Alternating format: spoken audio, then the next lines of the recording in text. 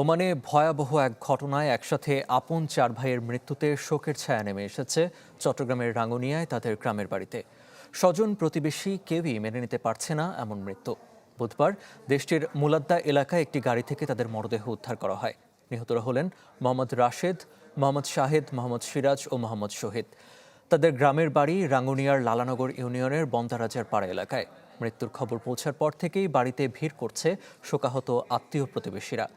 স্বজনরা জানান, শুক্রবার দেশে ফেরার কথা ছিল তাদের। কেনাকাটা সেরে ফেরার পথে মর্মান্তিক এ ঘটনা ঘটে। ওমান পুলিশের ধারণা, দীর্ঘ সময় গাড়ি চালু রাখার ফলে এসি থেকে গ্যাস নির্গত হয়ে তাদের মৃত্যু হয়েছে।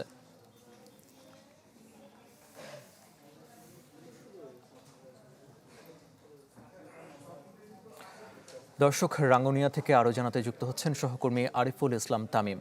তামিম, চার ভাইয়ের এমন করুণ মৃত্যুর ঘটনায় তাদের বাড়িতে কি পরিবেশ বিরাজ করছে, স্বজন প্রতিবেশীরা কি বলছেন? আরিফিন, এই মুহূর্তে আমি আছি রাঙ্গুনিয়া লালানগর যেই এলাকা রয়েছে সেখানটায় আছি, এবং এখানে আপনি নিশ্চয়ই জানেন যে ওমান প্রবাসী যে চার ভাই রয়েছেন তারা আসলে গাড়িতে বিষক্রিয়ায় অর্থাৎ এসির বিষক্রিয়ায় তারা আসলে মৃত্যুবরণ করেছেন গতকাল রাতের 9টা থেকে 10টা নাগাদ এই ঘটনাটি আসলে ওমানে ঘটে। এবং এর পরপরই এই যে রাউজানে তাদের যে বাড়ি রয়েছে সেখানে আসলে শোকের মাতম বইছে। এখানে ঘটনার পরপর যেই উৎসুক যারা রয়েছে, গ্রামবাসী যারা রয়েছেন, তারা আসলে এখানে আসছেন। তারা যেটি বলছেন যে এই ধরনের ঘটনা আসলে কখনো আগে রাঙ্গুনিয়াবাসী দেখেনি বা রাঙ্গুনিয়ায় এই ধরনের ঘটনা ঘটেনি। এইটি আসলে তাদের কাছে প্রথম এই ঘটনা। এবং এর পরপর যদি একটু বলি যে গতকাল রাতে আসলে তারা শপিং করতে বেরিয়েছিলেন।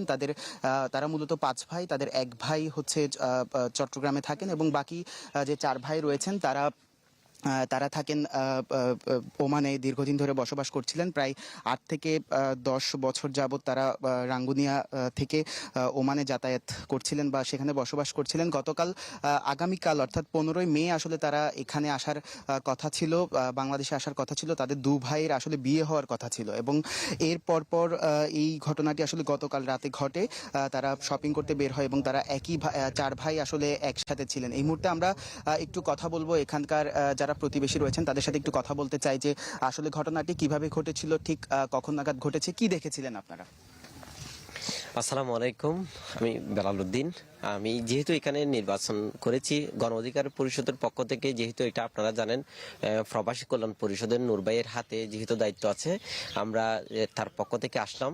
এসে দেখলাম ওনার ভাই যে এনাম ভাই আছে, এনামের সাথে কথাবার্তা বলে বুঝতে পারলাম এটা কালকে আপনারা যেভাবে বলেছেন যে জিনিসটা, সেটা হচ্ছে যে 9:30টার পর থেকে 10:30টার আগ পর্যন্ত ওরা একটা পাকিস্তানি রেস্টুরেন্টে নাকি কি খাবার খেয়েছিল। খাবার খেয়ে এরপর আসার পর থেকে মানে খারাপ লাগতেছে, বলতেছে এরপর থেকে মোবাইল বন্ধ, মানে এর যোগাযোগ হচ্ছে না। ঠিক আছে, আরেকটু কথা বলতে চাই যে সর্বশেষ চিকিৎসকরা আসলে কি জানিয়েছিলেন বা কি শুনেছেন আপনারা? সর্বশেষ চিকিৎসক ওখানে আমার বাগিনা আছে একজন, এবং যে পুলিশ অফিসার মামলা তদন্তের দায়িত্ব আছেন উনি বাগিনাকে ফোন করছে এবং আমার সাথে ভিডিও কলে কথা বলছে। উনি বললো যে ওরা যে ডাক্তারি রিপোর্ট দিয়েছে, ফরেন্সিক রিপোর্ট, ওখানে ওরা মৃত্যু হওয়ার সময় যে লালা জ্বর ছিল মুখ থেকে, ওই লালাগুলো টেস্ট করছে। টেস্ট করার পর ওনারা জানতে পারছে যে ওইটা এসির গ্যাস বিষাক্ত হয়ে ওনাদের ফুসফুস আঘাত করার ফলে ওনারা মৃত্যুবরণ করছে। প্রাথমিকভাবে আমরা ডাক্তারের রিপোর্ট অনুযায়ী এটা জানতে পেরেছি।